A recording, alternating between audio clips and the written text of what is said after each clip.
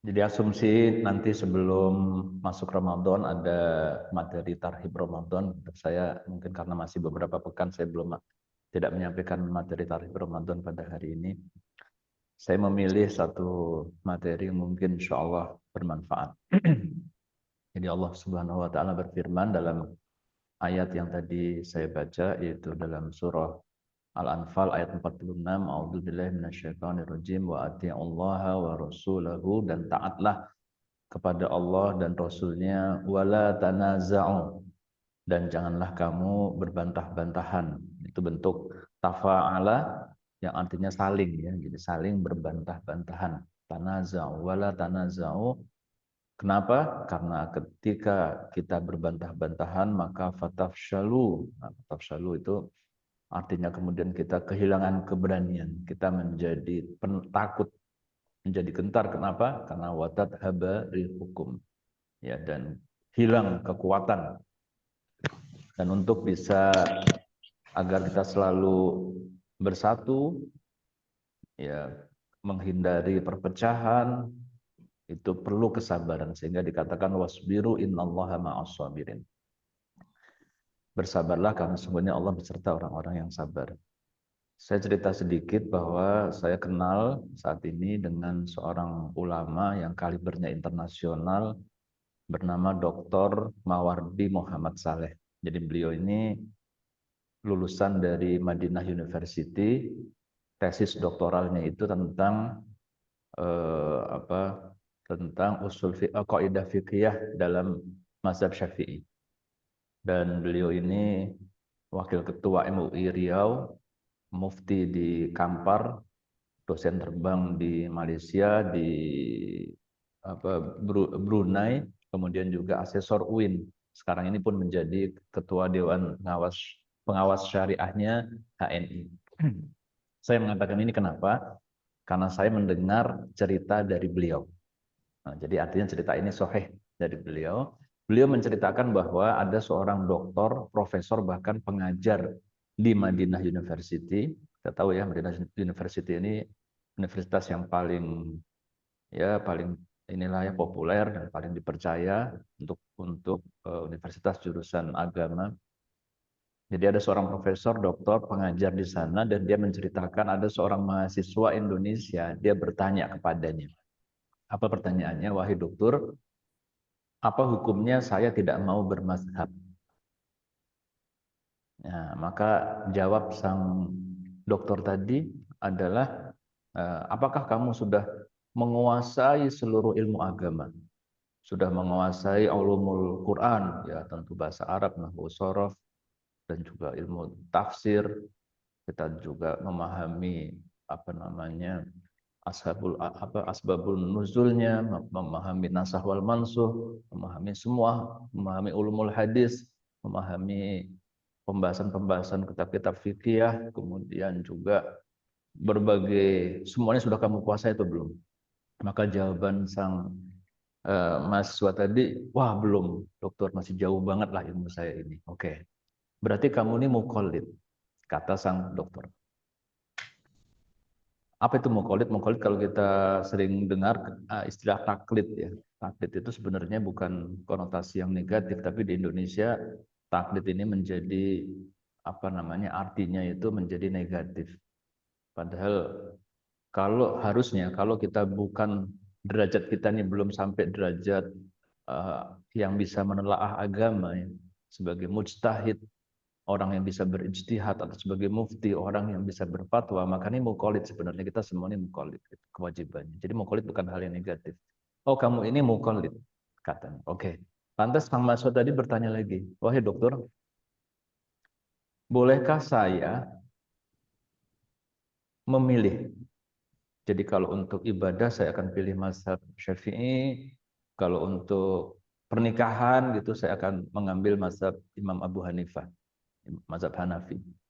Maka sang dokter tadi kemudian bertanya, apakah kamu sudah menguasai semua kitab-kitab, tulisan-tulisan para ulama dari tiap-tiap mazhab, dari tiap-tiap mazhab?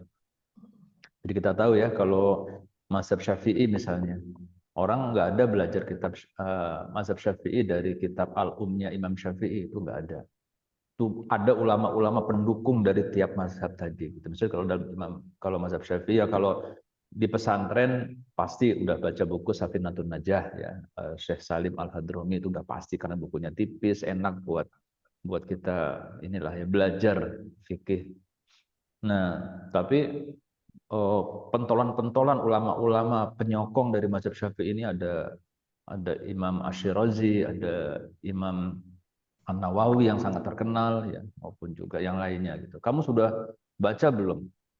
Misalnya kitab Al-Ghoyah wa Taqribnya, atau yang dikenal dengan Matan Abi Suja ya, dari Imam As-Suja, atau kitab At-Tanbihnya Imam Ash-Shirazi, atau dari Imam An-Nawawi itu Minhajut Thalibin misalnya. Atau kamu sudah baca belum dari kitab-kitab mazhab Maliki? Saya nggak hafal. Wah, belum, dokter. Jauh, masih jauh sekali. Sekarang pun dan di pesantren saya baca Safinatun Najah, sekarang saya masih baca kitab At-Tanbih. Di kuliah nih saya masih S1 saja belum, katanya. Oh, baik. Maka kemudian menariknya adalah sang dokter tadi terus bertanya, tahukah kamu kenapa penduduk Indonesia, karena yang nanya orang Indonesia, mazhabnya Syafi'i? Maka beliau melanjutkan, coba siapa yang membawa Islam ke Indonesia? Ini pertanyaan buat kita aja nih. Siapa yang membawa Islam ke Indonesia? Kalau oke lah, mungkin dikatakan bahwa yang membawa Islam ke Indonesia ini Wali Songo. Dari sejarah kita tahu Wali Songo ini yang mengirim adalah dari kekhalifahan Turki Utsmani. Kekhalifahan Turki Utsmani di Turki sana mazhabnya apa? Hanafi. Oke, yang membawa Islam ke Indonesia adalah para habaib dari Yaman, Hadramaut. Mazhabnya penduduk Yaman apa? Hambali. Sedikit sekali yang Syafi'i. Oke, yang bawa Islam ke Indonesia adalah pedagang dari Gujarat, India. Orang India mazhabnya Hanafi. Atau yang membawa Islam ke Indonesia adalah pedagang Cina. Karena memang Cina itu lebih dahulu ya masuk Islam. Cheng Ho itu di mana, di Klentengnya, bukan Klenteng sebenarnya, di Semarang itu dia Muslim. Cina apa mazhabnya? Sama, Hanafi. Ya. Jadi nggak ada yang mazhab Syafi'i sebenarnya. Tapi kenapa kita bermazhab Syafi'i? Nah, inilah kita melihat bagaimana kehebatan dari ulama-ulama terdahulu, bahwa Islam masuk ke Indonesia, para ahli sejarah berbeda pendapat, ada yang mengatakan masa sahabat, ada yang mengatakan masa tabi'in. Tapi yang jelas adalah yang membawa pertama kali itu dengan mazhab adalah mazhab Syafi'i. Dan perhatikan seluruh ulama-ulama, para habaib, semuanya Wali Songo dan lain-lain seluruhnya datang ke Indonesia, tidak ada yang berpikiran merubah mazhab. Bahkan mereka mengkonversi mazhabnya menjadi mazhab Syafi'i. Jangan salah paham, saya bukan kemudian menganjurkan kita untuk bermazhab Syafi'i, bukan. Ya, bukan, atau apalagi mewajibkan bermazhab Syafi'i, bukan. Akan tetapi disinilah pentingnya persatuan. Mereka melihat persatuan itu menjadi hal yang sangat pokok sekali, gitu ya. Karena ternyata masyarakat kita kalau belum dewasa, masalah fikih itu, masalah furu' itu akan menjadi sebab-sebab perpecahan. Sehingga dalam hadis yang tadi saya baca, ini hadisnya sahih, hadis riwayat Bukhari, Rasulullah Shallallahu Alaihi Wasallam bersabda, Iqra'ul Qur'ana, bacalah Quran, kajilah Quran, pelajari Al-Quran, ya. Apa maktalafat alaihi qulub. Mana?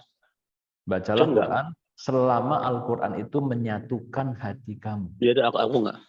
Iqra'ul Qur'ana ma'talafat alaihi qulubukum. Tapi faidah talaftum, kalau dia menyebabkan kamu ini berpecah belah, maka fakumu anhu, maka tinggalkanlah. Subhanallah. Bukan Qur'annya yang salah, tapi bacaannya yang salah. Bukan Qur'annya yang salah, tapi kajiannya yang salah. Kalau kemudian mempelajari Al-Quran, termasuk juga mempelajari agama, mempelajari hadis, menyebabkan kemudian malah berpecah belah. Menyebabkan mentahzir ulama yang lain. Itu berbahaya sekali. Jelas dalam hadis ini kalau nemu majelis seperti itu yang menyalah-nyalahkan orang lain, menyebabkan berpecah belah, tinggalin aja. Itu perintah. Fakumu anhu. Coba perhatikan, mempelajari Al-Quran atau membaca Al-Quran itu bab yang pokok dalam agama. Bab yang pokok, bab yang sangat penting sekali. Gitu kan. Nggak mungkin kita ini beragama tanpa Al-Quran. Jadi dia itu ibarat kalau pohon itu pokoknya, usulnya, al-aslunya. Sedangkan membahas misalnya masalah perbedaan-perbedaan yang furu'iyah, yang al-far'iyah, yang cabang, itu bukanlah pokok.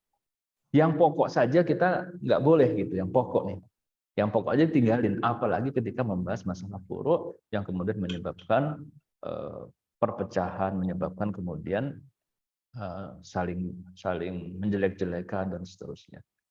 Nah, saudara sekalian, ini ada jadi hal yang menarik adalah sebenarnya tugas kita ini di dunia ini simpel saja gitu ya, nggak usah dibikin rumit. Ya, setelah tugas kita adalah sudah beriman, kita sudah bersyahadah, kita pun juga kemudian mempelajari Islam dengan semampu kita, semaksimal mungkin, dan kita habis pelajari juga kita amalkan sedapat mungkin. 10 ayat kita terima, kita praktekkan, kita amalkan terus sambil menambah. Dan insya Allah Allah Subhanahu Wa Taala memaklumi kondisi kita yang sudah semakin sepuh, mungkin hafalan Quran juga tambah berat, ya, nambah 1 ayat, 10 ayat hilang dan seterusnya. Ya. Tapi perhatikan bahwa tugas kita sebenarnya ada satu lagi ya yang harus kita lakukan, dan ini para ulama hampir semua sepakat bahwa kita ini harus memang punya guru. Ya. Kenapa begitu? Ini saya ambil dari kitab Ushul Ishrin. Nah, ini karangan Imam Syahid Hasan Al-Banna.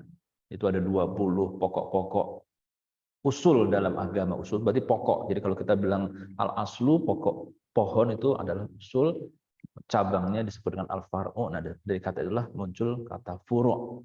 Jadi ini ada salah satu usulnya itu adalah yang pokok disebutkan, saya baca apa adanya, walikulli muslimin, dan untuk setiap muslim lam yablugh darajatan nazari, yang belum sampai pada derajat an-nazari. An-nazari ini penelaah. Ya mungkin kalau sekarang ini udah S3 di bidang agama ya, bukan S3 di bidang akuntansi, bukan. Ya, atau minimal S2 dah. Minimal S2. Kalau kata Dr. Mawardi S1 belum, karena S1 belum membahas sampai maqasid, membahas apa namanya kaidah fikih dan seterusnya, yang dalam itu belum. Jadi S2 minimal. Nah, jadi kalau kita belum sampai S2, S3 agama, konkretnya begitu, fi adillatil ahkamil far'iyah, dalam memahami dalil-dalil hukum yang far'iyah, yang furu', yang cabang, ya, perbedaan-perbedaan tadi, maka apa kata beliau, ayat tabi'a imaman min a'immatiddin. Maka tugas kita ini sebenarnya hanyalah apa? Mencari dan mengikuti seorang imam, seorang guru dari pemuka agama ini. Begitu. Kenapa? Ya karena pada saat ini kita ini belum boleh berijtihad. Ya, kita bukan mujtahid. Kita belum boleh berfatwa. Kalau kita berfatwa itu bisa salah gitu, karena hawa nafsu, bukan karena ilmu, begitu kan. Nah, maka di sini para ulama bahkan hampir semuanya, kebanyakan, bukan hampir semua, kebanyakan ya, karena ada yang membolehkan juga. Kebanyakan itu ketika membahas apakah boleh kita mentalfik mazhab. Mentalfik mazhab itu apa? Mencampur mazhab. Oh, saya kalau sholat Syafi'i, tapi kalau pernikahan kayak cocoknya sama Hanafi deh, gitu. Ini bahaya gitu. Karena kalau Imam Abu Hanifah ini, kalau kita lihat ya, beliau penyebarannya kan di daerah-daerah yang luar. Kalau Soviet sana sampai Cina, Jepang, itu luar, India itu mazhabnya kebanyakan Hanafi. Nah, kalau di daerah Timur Tengah itu Hambali, Afrika Utara itu Maliki ya. Nah, kenapa? Karena Imam Abu Hanifah ini tinggalnya jauh dari dari pusat Mekah Madinah. Banyak pengembara di sana. Maka ketika membahas tentang fikih pernikahan, bahkan kalau nggak ada ayah, ibu boleh menjadi wali dalam pernikahan. Bahkan ketika kondisi terpepet, tidak ada bapak, tidak ada ibu, nggak ada saudara, bahkan seorang wanita boleh untuk menikahkan dirinya sendiri. Gadis loh, kalau janda masih memang boleh, tapi kalau gadis, maka inilah yang diambil ketika DSN Majelis Ulama Indonesia Riau itu mendapatkan bahwa banyak gelandangan-gelandangan itu sudah nggak ada keluarganya di Jawa begitu kan, maka mengambil dalil ini mereka dinikahkan. Mereka daripada dia mudarat ya, mudarat. Tapi kalau kemudian kita main aja, oh boleh ada mahasiswi begitu kan, ini dalil Abu Hanifah boleh menikahkan dirinya sendiri, udah kawin aja, itu bahaya. Itulah mentalfik mazhab yang tidak boleh. Tapi mentalfik mazhab ini menjadi boleh kalau ada sandarannya dari pemuka agama, dari seorang imam yang kafaahnya, yang background pendidikannya memenuhi S2, S3, kemudian yang kedua background pendidikannya memenuhi, pengetahuannya terhadap kondisi kekinian pun, ya, fikul waqi sekarang pun juga memenuhi, dan syarat berikutnya adalah dia memang melakukannya semata-mata karena Allah Subhanahu wa Ta'ala. Nah, begitu. Ikhlas bukan karena jabatan, bukan karena uang. Jadi tugas sekarang kita, masing-masing kita ini kalau bisa kita memang punya ulama sandaran ya. Kalau saya sudah punya ya, Dr. Mawardi Muhammad Saleh tadi, saya ada masalah, saya WA atau saya telepon langsung dijawab. Jadi ketika kita sudah menjadi muqallid ya, sudah menjadi seorang murid dari seorang ulama dalam kita membahas masalah-masalah yang mungkin terjadi dalam kehidupan kita, maka fatwanya itu kita jadi enak. Kalau udah dapat fatwa, udah dapat arahan begitu, kita tinggal qanaah saja dengan fatwa tersebut. Maka fatwanya salah pun kita nggak dosa. Nah, itulah enaknya dalam Islam itu, masya Allah. Begitu aja, simple. Dan bagi yang berfatwa atau begini, kita punya lembaga ya di Indonesia ini, lembaga yang berwenang, namun diberikan wewenang buat berfatwa, berijtihad, yaitu Majelis Ulama Indonesia yang merupakan kumpulan dari berbagai ormas keagamaan, ya kan? Itu memenuhi syarat sudah, dari sudut apapun memenuhi syarat. Maka taruhlah fatwanya salah begitu ya, apa dalam pemutusan misalnya hari Lebaran misalnya, fatwanya salah pun kita nih ngikutin fatwa, kalaupun fatwanya salah tidak berdosa. Dan yang luar biasa adalah sang mufti DSN MUI tadi, atau ulama yang berfatwa berijtihad tadi, kalaupun salah dia, kalau benar pahalanya 2, tapi kalau salah pahalanya 1. Jadi enak sekali dalam masyarakat Islam ini sebenarnya. Ya. Nah, yang salah adalah ada lembaga yang sudah memang berwenang untuk memberikan fatwa dan ijtihad, tapi ada orang-orang yang mengaku ulama kemudian menyalahkan, menghina, melecehkan, sehingga akhirnya menimbulkan kebingungan-kebingungan dan perpecahan dalam umat. Ini yang nggak boleh terjadi seharusnya. Nah, dari situ saudara sekalian, maka kita ini ada lagi dalam nanti insya Allah saya share ya, ada lagi dalam salah satu usul dalam agama itu yang dalam kitab Usul Asyrin disebutkan bahwa wal khilaful fiqhi, dan perbedaan dalam fikih fil furu'i, dalam hal-hal yang furu'. Nah, kan gini, kita ini sebenarnya perbedaan-perbedaan kita ini furu' atau usul sih? Nah, kalau perbedaan yang dibenarkan itu perbedaan-perbedaan dalam hal yang furu'. Dan itu kebanyakan di situ kunut, nggak kunut, begitu kan. Azan Jumatan sekali apa 2 kali, kan itu aja sebenarnya. Banyak-banyak hal seperti itu. Tapi kalau perbedaannya masalah usul nggak bisa dibenarkan. Ingat, ada Nabi setelah Nabi Muhammad SAW, itu nggak bisa dibenarkan itu. Atau ya mereka ada yang mengakui hanya sebagian sahabat saja. Sahabat cuma 5 diakuin, yang lainnya kafir semua. Oh nggak 5, ternyata 9 katanya, sama aja 9. Karena sahabat itu ada 114.000 sahabat. Ya, ada 114.000 sahabat, dan sahabat yang ada dalam periwayatan hadis ada 1.800 sahabat yang masuk dalam periwayatan hadis, kurang lebih ya, periwayatan hadis. Ya masa semua kemudian nggak benar ya? Hanya ada taruhlah 9 orang. Nah, itu sudah menyangkut hal yang prinsip, karena sahabat ini merupakan salah satu sumber dalam istinbat hukum begitu.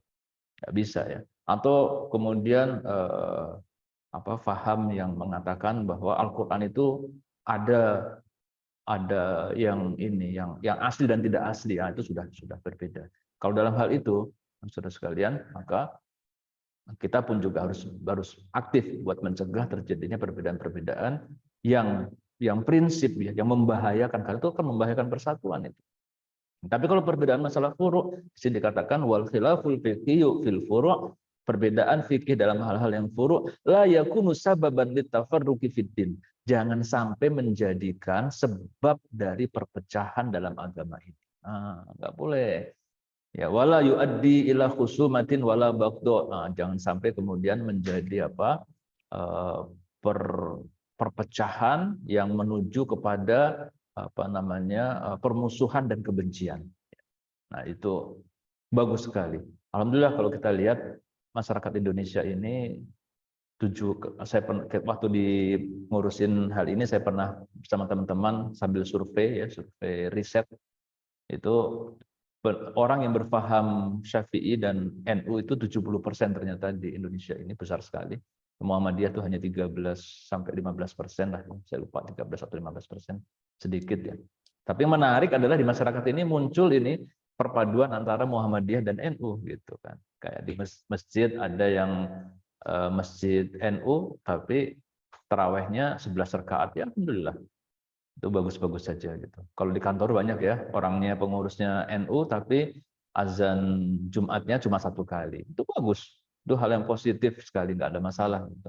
Sebaliknya juga kalau kita ke kampung-kampung ada sekolah-sekolah Muhammadiyah tapi kepala sekolahnya, guru-gurunya, pengurusnya semuanya NU ya. Sekolahnya Muhammadiyah tapi tahlil dan kunut ya nggak ada masalah.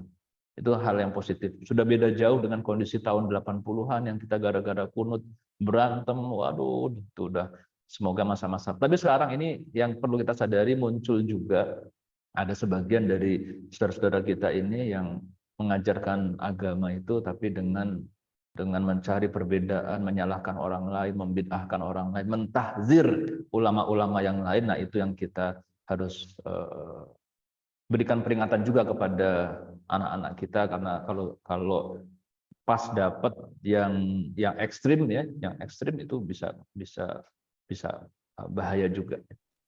Nah, sekalian sedikit lagi, kita kemarin menyaksikan Qatar itu begitu luar biasa, bagaimana dakwah ya surah Al-Hujurat dibacakan di miliaran orang.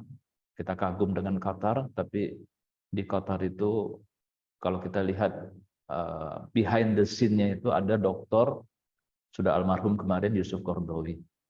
Beliau ini ulama yang besar yang mentarbiyah para pemimpin dan penduduk Qatar. 20 tahun beliau mentarbiyah sehingga hasilnya seperti itu, Masya Allah.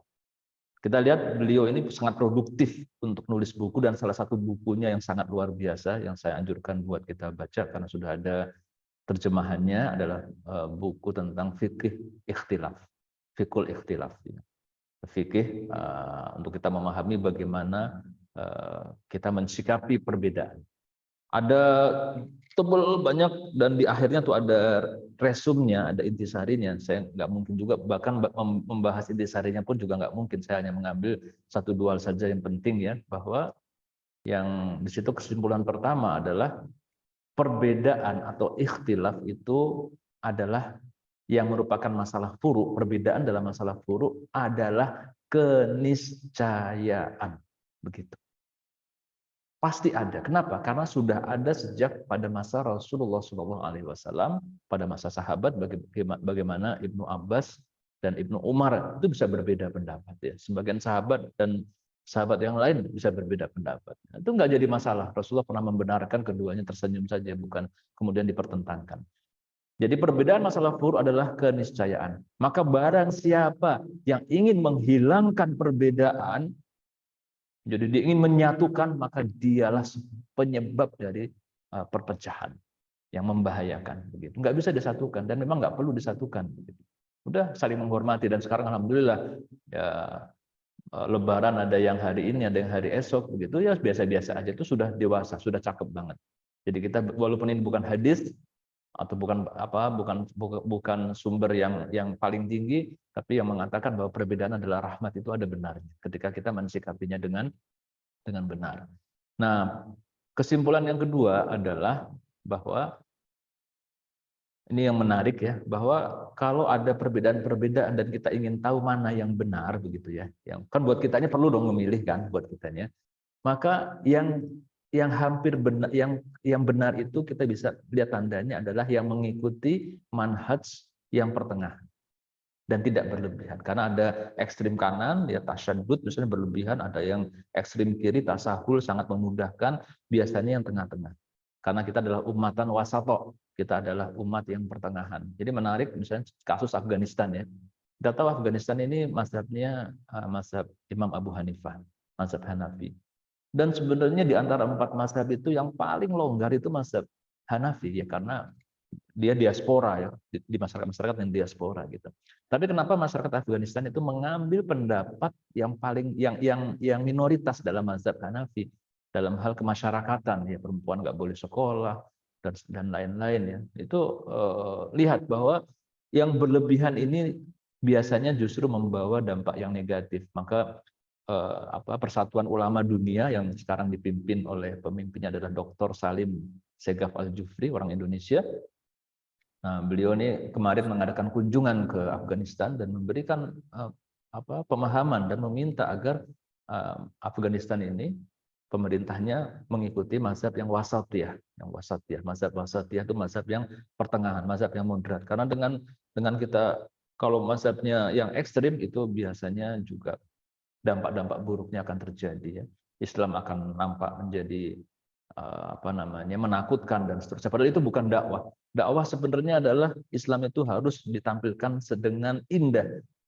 Coba misalnya Bismillahirrahmanirrahim itu ketika ayat ini turun, itu masyarakat non Muslim pada saat pada masa Rasulullah itu heboh gitu. Karena dahulu itu Tuhan itu dipersonifikasikan sebagai zat yang kejam, yang bengis, yang menghukum. Tapi Islam menghadirkan Bismillahirrahmanirrahim. Maha pengasih lagi maha penyayang. Ya, kalau kita tahu Ar-Rahman itu dan Ar-Rahim itu sigot mubalaghah, yang artinya maha, yang Rahman Rahimnya itu luar biasa berkelimpahan ya. Kita harus menampilkan Islam demikian. Kemarin saya baca ada petarung MMA di Australia, dia tinggal di depan Islamic Center dan dia Islamic Center ada sekolahan kan. Tiba-tiba dia bawa anaknya ke sekolahan tersebut dan meminta anaknya itu sekolah di Islamic Center tersebut. Ditanya sama orang Islamic Center, "Bapak non-Muslim, kenapa mau mensekolahkan anaknya di sini?" Maka dia mengatakan, "Saya tiap pagi melihat kalian mengantar anak kalian turun dari mobil, kemudian mencium tangan orang tuanya. Ini anak saya udah usia segini, sampai sekarang belum pernah mencium tangan saya. Saya minta kalian mendidik anak saya." Akhirnya orang tuanya pun masuk Islam. Semua kisah-kisah ini itu hadir. Kenapa orang bisa masuk Islam, tertarik dengan Islam? Adalah karena akhlak. Ya, hampir semua karena akhlak. Demikian juga waktu saya pernah ke Italia, di sana ternyata ada 200.000 orang Italia asli yang masuk Islam. Orang Italia asli. Dan setiap hari ada saja yang masuk Islam. Kenapa sebabnya? Nah, ini panjang lebar ya. Tapi intinya adalah saya tanya sama imamnya di sana. Apa yang menyebabkan mereka masuk Islam? Artinya yang pertama adalah pemahaman tentang wanita. Islam itu menghargai wanita, dan yang kedua tentang keluarga, karena Islam sangat menghargai keluarga. Jadi ada cara-cara dia menyampaikan, itulah menyebabkan orang banyak tertarik dengan Islam, dan kebanyakan yang tertarik adalah wanita. Nah itu akhlak ini harus ditampilkan dengan indah. Kemudian ada banyak, tapi satu lagi yang ingin saya sampaikan, kesimpulan ke-7, yaitu ketika umat Islam ini terpaku ikhtilaf pada masalah-masalah yang furu', ya, habis energi buat membahas masalah-masalah furu', berbeda pendapat, bertengkar dan seterusnya. Hal ini disebabkan karena jiwa mereka kosong dari cita-cita yang besar, dari persoalan-persoalan besar. Nah, ketika jiwa itu kosong dari cita-cita dan persoalan besar, maka yang diisi adalah dengan hal-hal yang kecil. Jadi banyak persoalan pokok besar yang ada dalam umat kita ini. Ya, kemiskinan, masalah mungkin di daerah-daerah yang minim ya, banyak orang murtad dari agama ini dan lain-lain ya. Kemudian masalah LGBT, masalah kenakalan remaja, kita lihat ya, narkoba dan sebagainya. Berita-berita itu begitu membahayakan sekali, bukan saja buat umat ini, buat bangsa ini, tapi kita kosong alpa perhatian terhadap hal-hal yang besar. Akhirnya kita diisi oleh hal-hal yang kecil, sibuk untuk mempermasalahkan hal-hal yang buruk. Terakhir, saudara sekalian, ada sebuah perkataan dari Rashid Ridho, dan ini bukanlah hadis dan bukan juga masuk usul fikih maupun kaidah fikih, tapi artinya bagus banget. Karena kita ini mau produktif, dan ketika kita produktif maka kita harus berinteraksi dengan orang lain. Nah, bagaimana panduan kita berinteraksi dengan orang lain, dengan berbagai jamaah, berbagai organisasi kelompok kita bisa berinteraksi. Panduannya menurut beliau adalah ta'awanu fima tafaqna alaihi wa na'daru ba'duna fima ikhtalafna fihi. Jadi panduannya adalah kita bekerja sama dalam hal-hal yang kita sepakati, dan terlalu banyak hal-hal yang telah kita sepakati begitu. Dan kemudian kita saling bertoleransi, ya, saling menghargai dalam satu sama lain dalam hal apa-apa yang tidak kita sepakati, dalam kita mungkin berselisih pendapat. Itu akan menjadi panduan, semua bisa bekerja sama, semua bisa bahu-membahu. Maka ketika umat ini kokoh, umat ini sehat, maka insya Allah kita akan menjadi jaya. Dan umat ini jaya, otomatis Indonesia ini akan jaya, karena Indonesia ini 80% lebih adalah umat Islam. Wallahu a'lam, mungkin demikian. Terima kasih. Assalamualaikum warahmatullahi wabarakatuh. Waalaikumsalam warahmatullahi Waalaikumsalam warahmatullahi wabarakatuh. Masya Allah. Nah, terima kasih Ustaz Agung atas pencerahannya. Kalau saya pribadi ini banyak hal yang baru, nah mungkin masih beberapa timbul tanda tanya. Masih ada waktu. Saya buka dulu untuk teman-teman, kalau ada yang mau bertanya silakan. Pak Lurah kalau mau bertanya silakan Pak Lurah. Lanjut dulu. Terima Teman-teman kasih yang Pak lain. Ustadz Agung. Sama-sama, Om Wahyu. Ya teman-teman, kesempatan yang bagus nih untuk bertanya ke Kalau saya bisa Agung, jawab, kan angle-nya agak beda nih dengan pengalaman lapangan, dan ya tadi contoh udah ada yang guru boleh langsung. ini apa yang terjadi di lapangan, boleh kita bahas. Bahkan saya tambahkan sedikit lagi buat memancing ya, yang lupa saya ceritakan. Si profesor tadi kemudian bilang, coba kamu lihat, jadi kejadiannya ini kan tahun 2018 sebelum terjadinya pandemi. Ya. Kalau kita sholat ya, di Masjidil Haram atau di Masjid Nabawi, itu kan kalau dulu sebelum pandemi, pada umroh kan rapat-rapat banget kan, rapat banget gitu. Terus rata-rata mereka tidak bermazhab Syafi'i, kebanyakan selain Indonesia. Itu kan duduk terakhir tasyahud akhir kan ada duduknya itu apa, tawaruk atau tawawu ya. Tawaruk kan kalau duduknya ada yang miring, ada yang tegak lah gitulah ya. Kan rata-rata mereka tegak duduknya ya, pas tegak terakhir ya. Udah gitu lagi rapat, kita maksain miring, apa yang terjadi? Yang goyang itu ya bisa mengganggu sekelilingnya kan. Bahkan ya Dr. Mawardi itu mengatakan ya seharusnya ketika kita masuk ke tinggal di sebuah komunitas, ikuti saja fikih di situ. Itu akan menjadi hal yang pemersatu, di mana kaki berpijak, langit dijunjung ya. Nah, begitu. Ya tapi nggak mesti gitu-gitu amat ya. Tapi itu salah satu pikiran. Kita masuk ke komunitas Muhammadiyah, ya jadilah Muhammadiyah, nggak jadi masalah. Masuk komunitas NU, jadilah NU, kan nggak ada masalah. Toh juga perbedaannya semua itu perbedaan furu' yang semua dibenarkan. Imam Abu Hanifah benar, Imam Malik benar, Imam Syafi'i benar, Imam Hambali benar.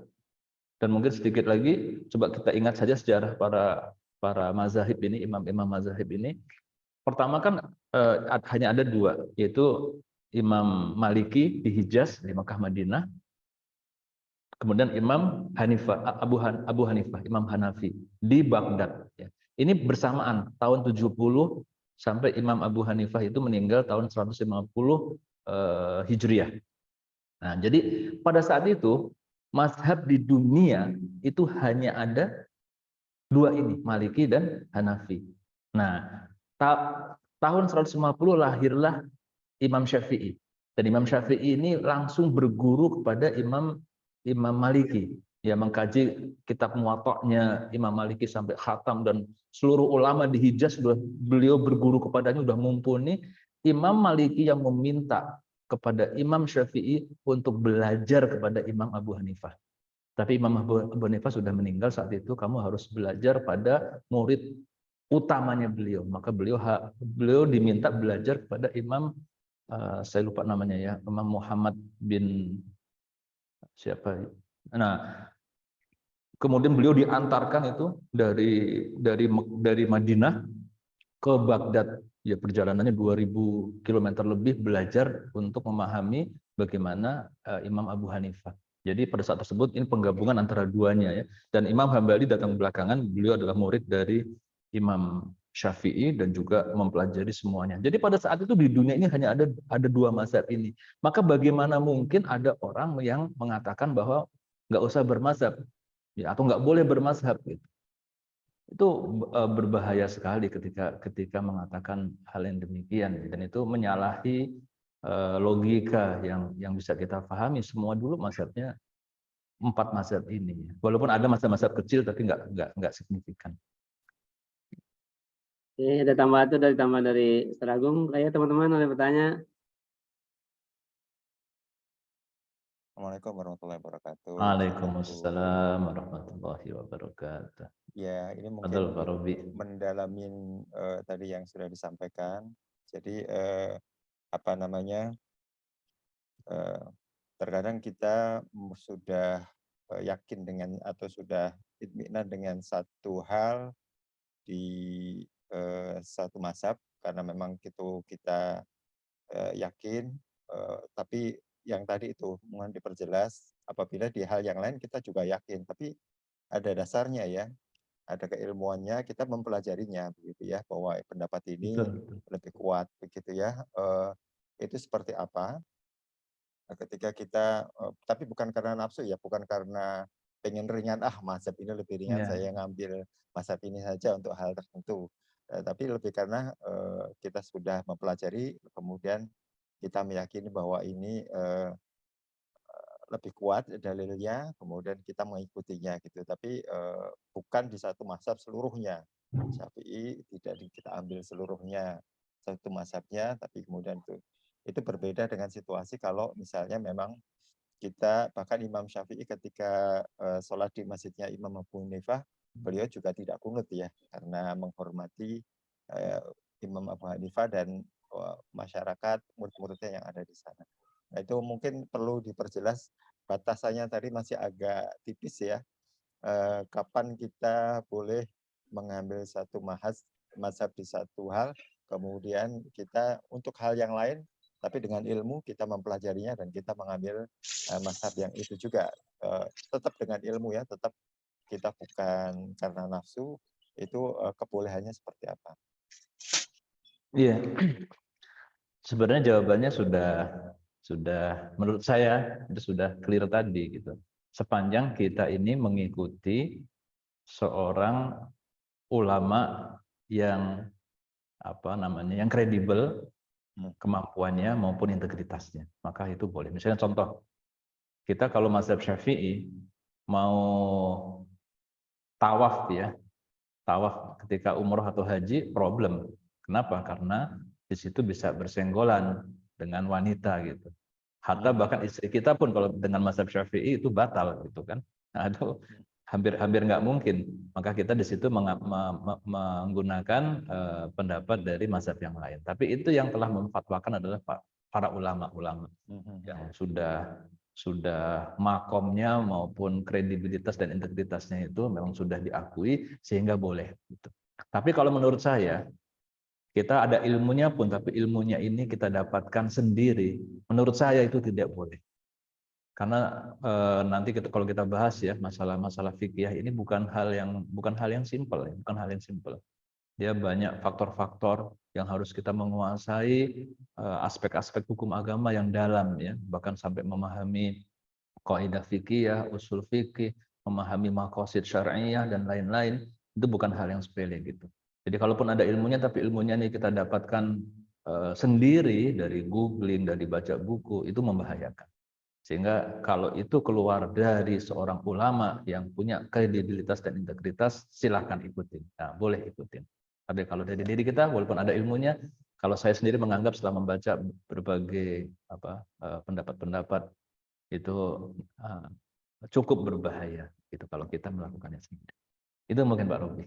Ya, satu lagi Pak Agung, ini kan kadang-kadang ketika kita diskusi dengan seorang ulama, ya yang tadi sudah S3 barangkali di bidangnya, kalau kita pernah belajar mungkin masalah usul fikih ya, mungkin yang lainnya begitu ya. Nah, itu kadang-kadang beliau juga menyampaikan, ini kalau pendapat dari imam ini seperti ini, pendapat dari imam ini seperti kan beliau juga Iya, menjelaskan secara keilmuan gitu iya, ya, dengan tidak menyalahkan atau betul, beliau tidak mengatakan bahwa ini pendapat ini lebih kuat enggak juga, tapi pendapat betul. dari imam ini adalah imam ini. Nah, kita sebagai muridnya, itu apakah dari paparan beliau itu kemudian bisa memilih begitu ya, karena tadi kalau pilihannya ini itu dalilnya begini gitu. Beliau menjelaskan, tapi kemudian apakah kita bisa memilih setelah dijelaskan seperti itu gitu. Itu maksudnya. Jadi bukan mencari sendiri, tetapi beliau memaparkan tentu kalau pendapat Imam Abu Hanifah yang saling bertentangan itu kan hal-hal yang mungkin karena kita Syafi'i kebanyakan ya. Itu yang pendapat yang mungkin jarang kita dengar itu pendapat dari Hanafiyah begitu ya. Kalau Hanafiyah begini nih dilarang, Hanafiyah begini nih dilarang gitu ya. Nah, tetapi itu kan beliau paparkan begitu ya. Nah, pada konteks seperti apa ketika kita sudah belajar ada gurunya, tapi sang guru ini juga mem men memberikan alternatif. Kalau menurut Iya. imam ini, nah gitu kira-kira. Ya, menurut saya kalau itu keluar dari seorang ustadz atau seorang ulama itu bentuk ketawaduan sebenarnya yang sangat Hmm, positif. hmm, Dia tidak mau memaksakan egonya, apalagi menyalahkan, dia memaparkan menurut pendapat imam ini begini, mazhab ini begini, pendapat ini begini dan seterusnya gitu. Nah, memang dia pasti punya pendapat, dia sendiri pasti punya pendapat. Kalau menurut saya seperti ini. Nah, kalau memang ulama yang ngomong tadi, ustadz yang ngomong tadi adalah guru kita yang kita jadikan referensi, fine, ambil.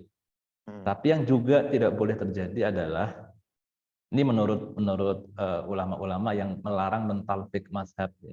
Nah, kita ambil dari berbagai ulama, kan sama juga akhirnya. Condongnya adalah apa?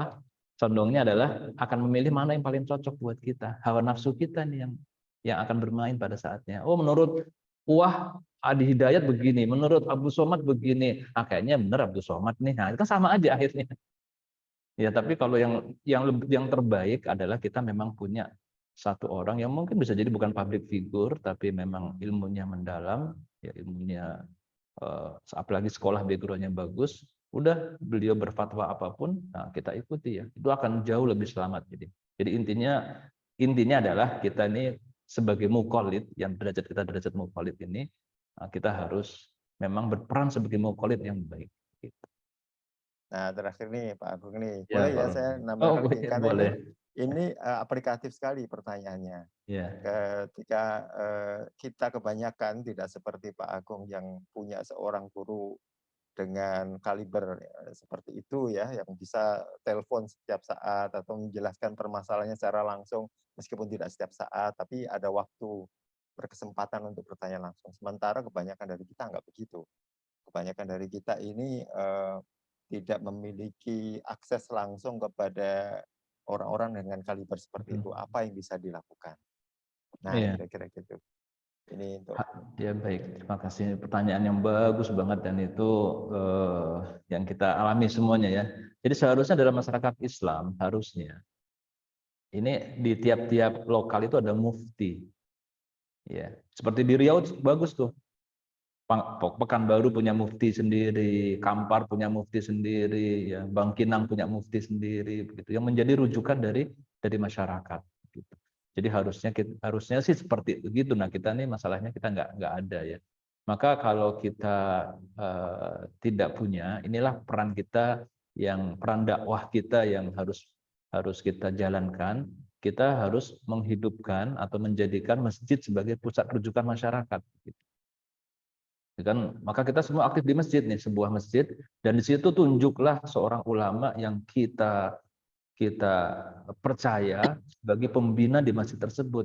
Maka seluruh masalah-masalah fikih bisa mereferensikan kepada ulama tersebut gitu. Bisa juga kolektif ya. Kolektif ini akan jauh lebih baik.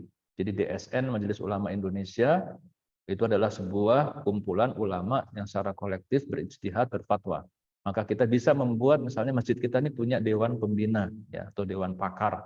dan terdiri dari ustadz-ustadz yang kalibernya, integritas dan kapabilitasnya memang mencukupi. Ya sudah, itulah yang kita menjadikan sebagai tempat fatwa. Itulah muftinya masyarakat kita. Jadikanlah masjidnya. Kalau nggak ada, ya kita harus berusaha untuk itu terwujud begitu. Kalau nggak ada, masing-masing kita carilah. Bahkan minta bagaimana dulu orang-orang terdahulu, orang-orang salafus soleh itu untuk pengen banget diakui oleh jadi murid ya. Sampai mungkin ngabdi dulu berbulan-bulan dan seterusnya, itu karena kebutuhan punya seorang guru, seorang syekh, seorang ulama, seorang ustadz yang dia ikutin, itu kebutuhan kita gitu. Jadi jangan sepelekan hal ini.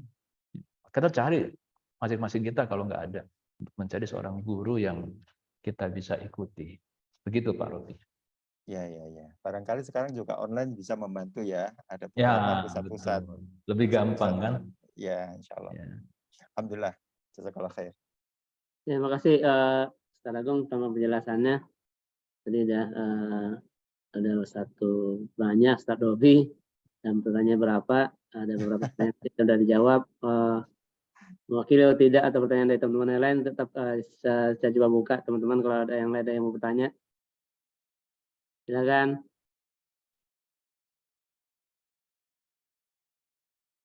Kalau tidak ada yang nanya, barangkali boleh ada yang kabar-kabar ya. Barangkali ada teman yang... Ada yang nanya, saya coba tanya pertanyaan ya. barangkali ya. Silakan. Pak Ustaz Agung. Ustaz Agung, yang pertama pertanyaan saya mungkin apa saya blur tadi ya pendengaran saya barangkali ya, bukan mata nih, pendengaran yang blur nih. Saya masih belum menangkap tuh kenapa Imam Syafi'i banyak Imam Syafi'i di Indonesia. Itu yang pertama. Yang kedua, di grup saya ada beberapa grup WA, satu grup yang mungkin dibilang kata yang bilang Pak Agung tadi bahaya, bilang kalau tidak bermadhab, dan itu kejadian di tempat saya karena rujukannya itu istilah yang kerennya apa ya, istiba gitu Pak Agung. Dia bilang ya itiba itu bukan kepada mazhab itu, itibanya sampai sahabat, selesai sampai sahabat. Nah itu yang kadang-kadang di tempat saya itu kadang-kadang begitu ada khotbah ya menceng lah istilahnya gitu ya. Pada di grup dulu langsung ada yang bahas lah, satu orang yang bahas, wah ini sampai istilahnya lalu caci maki atau apalah, dikritik, ini kok pengurus DKM kok besar kayak gini yang diundang gitu. Nah itu dia. Ya itu penyebabnya itu barangkali kenapa ya, kalau mungkin saya sering aja itu kenapa orang tidak bermadhab, dia bilang itu dia stop karena ya sampai sahabat contohnya kata dia. Itu yang saya juga dalam kebingungan sendiri juga gitu, makanya saya lebih banyak silent. Kadang-kadang saya kalau gerah tuh kadang-kadang pengen out dari grup, tapi ya rasanya gimana gitu ya, udah saya coba bersabar silent aja. Itu tambahnya Pak Agung. Iya, ini pertanyaan yang bagus ya.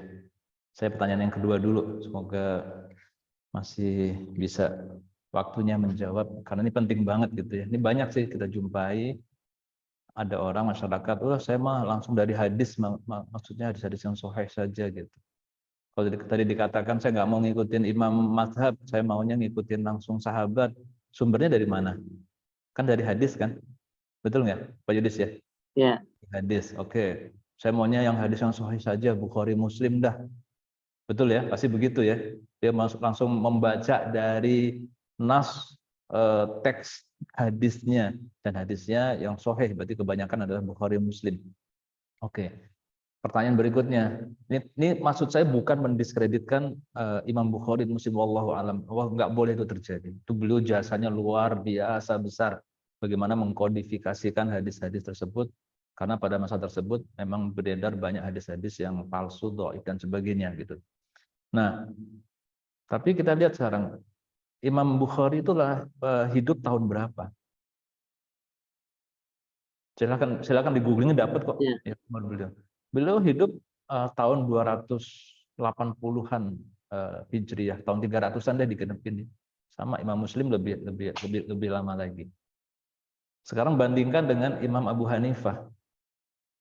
Tahun berapa beliau? Tahun 70 Hijriah. Berarti mana lebih dekat dengan masa Rasulullah SAW? Pertanyaan saya begitu. Mana lebih dekat? Dan kalau bicara hadis, Imam Malik itu punya kitab Muwatta, itu kitab kumpulan hadis. Kitab kumpulan hadis juga.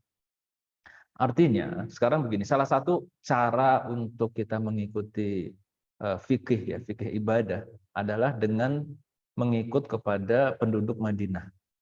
Itu mutawatir ya di kalangan para ulama bahwa apa praktek-praktek penduduk Madinah itu kita ikuti. Artinya di sini kita bisa melihat bahwa sejarahnya yang paling dekat dengan Rasulullah. Kalau Madinah itu kan tempatnya yang paling dekat dengan masa Rasulullah kan. Tapi berarti kalau dalam hal sejarah, imam yang 4 ini lebih dekat kepada Rasulullah SAW. Dan pada saat tersebut, mazhab yang ada pada tahun ke-100-an, 100 awal Hijriah, itu hanya ada 2 mazhab. Seluruh dunia hanya 2 mazhab, yaitu mazhab Imam Malik yang berada di pusat pemerintahan Mekah Madinah, dan yang berada di jauh di Baghdad menggunakan mazhab Imam Abu Hanifah. Nah, seperti itu. Satu jawaban gitu. Yang kedua, proses berpikir antara fikih ibadah dengan proses berpikir dalam ulumul hadis itu berbeda.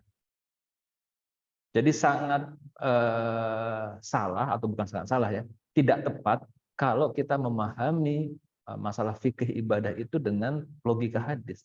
Kalau logika hadis, sahih, dhaif, mursal, hadis palsu dan seterusnya gitu. Diklasifikasikan demikian.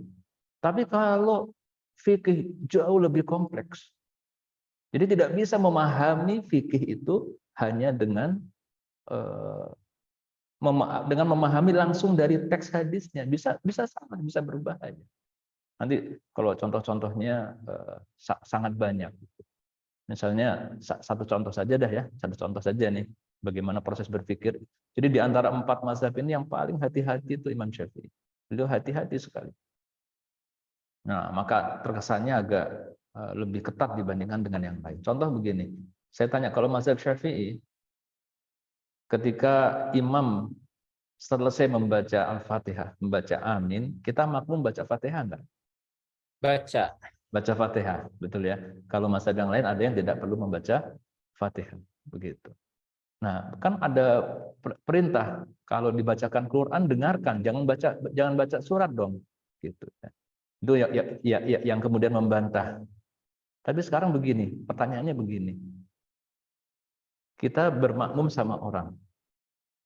Imamnya bisa sholatnya tidak sah nggak? Mungkin nggak imamnya sholatnya tidak sah? Apakah karena satu, wudhunya batal, atau yang kedua, bacaan Al-Fatihahnya ada yang merubah arti, padahal Fatihah itu merupakan rukun, sehingga sholatnya batal. Betul ya? Sekarang bacaan imamnya batal. Taruhlah kita kebetulan imamnya itu batal. Maka ketika kita tidak ikut membaca Fatihah, maka tidak ada Fatihah dalam sholat kita ikut batal. Itu kenapa Imam Syafi'i hati-hati banget gitu. Kita baca Fatihah lagi. Ya kan? Itu begitu hati-hatinya beliau. Nah, ya, yang model begini itu dengan pemahaman yang sangat komprehensif ya. Pemahaman Islam yang luar biasa, pemahaman mendalam sekali. Itu kalau disalah-salahin, aduh, gedek aja gitu kalau ngelihat orang menyalah-nyalahkan, merasa lebih pintar dari Imam Syafi'i dan lain-lain. Justru kalau siapa gitu ya? Ya, iya lu siapa gitu kan. Contoh saja, satu lagi. Ini buat kita, kalau saya itu semakin mengkaji Imam Syafi'i itu semakin cinta ya, semakin luar biasa. Contohnya sajalah misalnya begini. Hampir seluruh imam 4 mazhab itu dalam hal niat tuh nggak main-main loh. Niat tuh nggak main-main. Ketika mau sholat, bahkan Imam Syafi'i itu mengatakan bahwa niat itu harus bareng dengan rukun pertama. Niat. Kajiannya mendalam di sini. Jadi rukun pertama apa dalam sholat? Takbir ihram kan. Nah, saat itulah niat masuk. Soal niat itu usoli atau tidak, itu sudah clear bahwa niat itu adalah dari hati, di hati. Kita niat usoli tapi hati kita nggak berniat pun nggak kepake gitu. Itu dalam mazhab Syafi'i pun demikian. Tapi lihat, mazhab Syafi'i harus bareng ketika rukun pertama dengan niat. Bagaimana dengan mazhab Imam Maliki? Mazhab Imam Maliki juga mengatakan harus dekat dengan awal daripada ibadah dan tidak boleh diselingi dengan kegiatan yang lain. Jadi misalnya niat, terus dia seling dulu ngomong dan sebagainya atau buka HP gitu, baru dia takbir, nah itu nggak kepake tuh karena diselingi dengan dengan perbuatan yang lain, harus berdekatan begitu ya. Kalau Imam Abu Hanifah niatnya itu harus dalam waktu yang dekat dengan amal, dengan rukun pertama tadi. Perhatikan, yang baru tahu tiga mazhab ini saja, Hambali saya rasa juga mirip. Semuanya sangat memperhatikan niat. Padahal niat itu rukun apa wajib? Rukun. Niat itu rukun. Rukun itu kalau tidak dilakukan, maka ibadahnya tidak sah dan tidak bisa digantikan oleh apapun. Ya betul ya. Nah sekarang ada bahasan-bahasan. Kita tuh kalau wudhu tuh berarti udah niat. Udah mau jalan ke masjid udah niat. Ya udah, nggak usah diapa-apain. Maka datanglah Allahu Akbar. Langsung saja begitu. Khawatir loh, hati-hati ini rukun loh begitu. Betul nggak Pak Yudis? Ya kan? Dan kisah nyata, saya pernah dialog dengan seseorang yang menanyakan, kalau kita sholat jamak takhir, duhur asar, kalau jamak takdim nggak ada masalah. Duhur asar misalnya, itu mana lebih dahulu, duhur dulu atau asar dahulu? Wah, tuh dikaji tuh mazhab ini gini. Tapi ada satu orang yang menjawab, kalau saya simpel aja, Ustadz katanya. Gimana? Yaudah, saya pokoknya 2 rakaat. Allah Maha tahu deh mana duhur, mana asar. Allahu Akbar. Mana bisa begitu? Tapi lihat pemahaman masyarakat banyak yang begitu gitu, meringankan niat. Di sini Imam Syafi'i begitu hati-hati dalam niat. Nah, kita juga kalau ada yang gampang-gampangin niat ini mantep pakai usoli, kalau saya sih mantep pakai usoli. Jadi yakin kita, dan usoli di sini kan hanya di lisan saja, dia menguatkan hati kita. Itu hebatnya Imam Syafi'i. Wallahu alam, begitu, mungkin sudah kesiangan. Terima kasih penjelasannya Pak Agung. Sama-sama. Saya coba buat kriteria umum ya. Kalau untuk cari populer emang paling gampang tuh, kalau kita pengen cepat populer, ya salahkanlah orang yang top. Komentarilah orang yang top. Kalau mau populer, kata orang syair Arab itu kencingi Ka'bah, itu populer. Nah, itu makanya. Oke, terima kasih sekali lagi, terima kasih Pak Agung. Sama-sama Pak Yudis. Adi, kalau nggak ada lagi Sama-sama semuanya teman-teman. ya, waktu udah 60:64. Kita kalau nggak ada pertanyaan lagi, kita tutup jajaran kita ini. Assalamualaikum.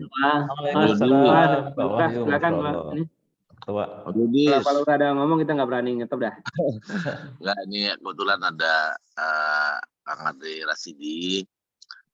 Pertama kita sampaikan duka cita atas meninggalnya ayahanda beliau. Mari kita sama-sama mendoakan mudah-mudahan almarhum diberikan tempat yang layak di sisinya. Dan keluarga yang ditinggalkan diberikan keikhlasan dan ketabahan. Itu mungkin untuk Kang Adri Rasidi ya, ini mewakili teman-teman semua, tidak hanya yang di sini tapi juga mungkin yang tidak hadir pada hari ini. Yang kedua, Masya Allah, terima kasih Ustadz Agung, pencerahannya alhamdulillah ini banyak ilmu nih hari ini nih. Barakallah Ustadz Agung juga teman-teman semua. Mudah-mudahan kita bisa bisa sharing lebih banyak lagi untuk kami ini yang masih. Insya Allah kalau ditugaskan siap saja. Siap. Itu aja mungkin dari saya, Am Yudis. Ya, terima kasih Milay. Kemarin kita sempat dikomenin dari Telina nih. Kok udah teriak-teriak Telina tapi